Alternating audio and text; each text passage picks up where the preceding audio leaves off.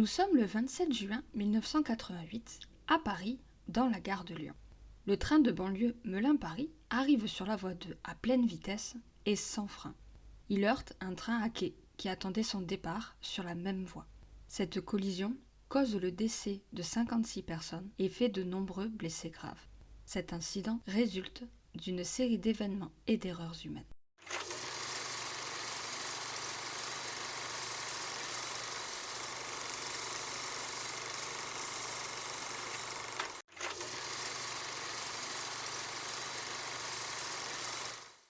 Tout commence à l'arrêt de Vers-de-Maison. Les horaires ont changé et la SNCF est passée au planning d'été. Une passagère ne se rend compte qu'au dernier moment que le train dans lequel elle est ne marque pas cet arrêt. Elle tire alors la manette d'urgence. Le train s'immobilise et la jeune femme descend et continue son chemin. Ce freinage intempestif provoque un blocage des freins, rendant impossible pour le conducteur de redémarrer son convoi. Le conducteur est alors Daniel Solin. Il tente de réarmer les freins afin de les débloquer. Ce faisant, il pousse malencontreusement une manette qui isole la locomotive du reste du train au niveau des freins pneumatiques. Il estime que son problème est dû à un surplus de pression dans les freins des voitures. Cela arrive parfois dans ce genre de train. Aidé de son chef de bord Jean Beauvais, il descend de la cabine et retire manuellement un peu de pression dans chacune des voitures. À leur retour dans la cabine, la pression du système de freinage semble correcte, mais cette donnée ne concerne que la voiture motrice. Elle est isolée du reste du train, mais les deux hommes l'ignorent. Quand ils redémarrent enfin, le train a perdu 7/8 de sa capacité de freinage. Les deux hommes auraient dû faire appel à un technicien afin de s'assurer que tout fonctionnait correctement. Mais ils ont déjà cumulé 30 minutes de retard. Des passagers sont déjà descendus pour continuer leur voyage autrement et ceux qui sont restés à bord sont mécontents.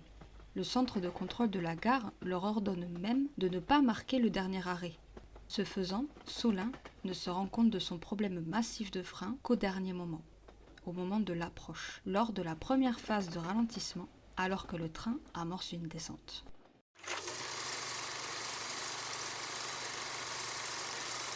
Se rendant compte qu'il n'a plus de frein, Solin contacte frénétiquement le poste de régularisation.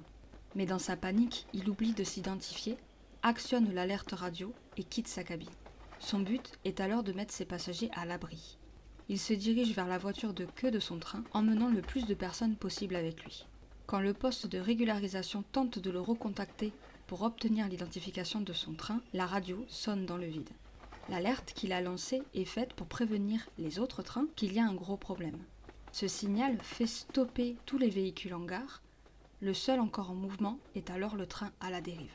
Le problème d'identification n'est pas aidé par le fait que les conducteurs des trains ainsi à l'arrêt tentent de contacter le poste afin d'avoir plus de détails sur la situation. Le train fou ne sera identifié qu'au dernier moment. En plus du problème de communication au sein de la gare, après le lancement de l'alerte, se pose un problème d'aiguillage. En cas de danger, les aiguilleurs reprennent le contrôle afin de pouvoir orienter le train vers une voie vide. Mais les protocoles de l'époque exigent que le train soit redirigé vers là où il devait arriver.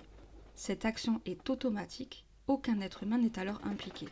La voie d'arrêt du Paris-Melun était la voie 2, mais elle n'est pas vide. Il y a un train en retard qui attend son départ.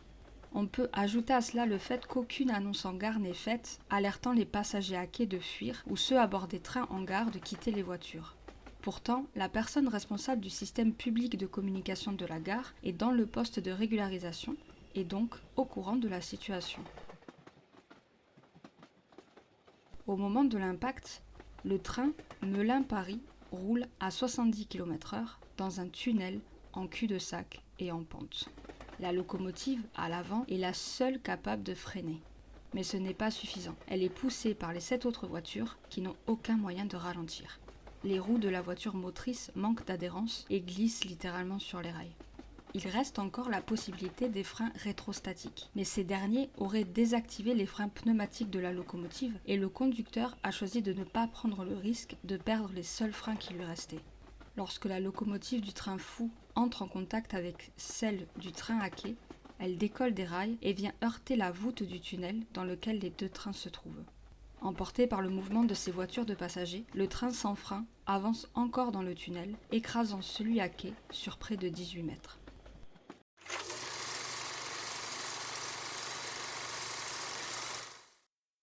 La voiture de tête du train à quai ne comptera que 2 survivants. Des années plus tard, il participe à des interviews, notamment pour le documentaire Hors de contrôle, Collision à la gare de Lyon, diffusé sur RMC Découverte. En tout, la catastrophe fera 56 morts. Le bilan aurait pu être bien plus lourd sans le sacrifice d'André Tanguy, le conducteur du train. Se rendant compte de la gravité de la situation, il a fait le choix de rester dans sa cabine et d'utiliser le système interne de communication de son train afin de prévenir ses passagers et leur demander d'évacuer le véhicule le plus vite possible. On estime que cet acte héroïque a sauvé des dizaines de vies. Lors du premier procès, Jean Solin, mécanicien de bord du Melun Paris, a été condamné à 4 ans de prison, dont 6 mois pour homicide involontaire. Lors du second procès, cette sanction a été réduite à 6 mois avec sursis. Il a été constaté que la formation des conducteurs, aiguilleurs, contrôleurs et autres agents de gare était insuffisante pour gérer ce type d'incident et que les réglementations ainsi que les protocoles en cas d'urgence étaient complexes et inadaptés. Le contrôleur du train à quai, dont le retard a causé une affluence inhabituelle, a été relaxé lors du second procès après avoir reçu une peine avec sursis au premier. Les aiguilleurs ont également été relaxés.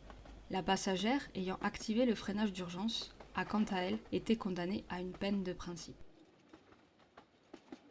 À la suite de la collision et des différentes enquêtes, plusieurs réformes ont été effectuées.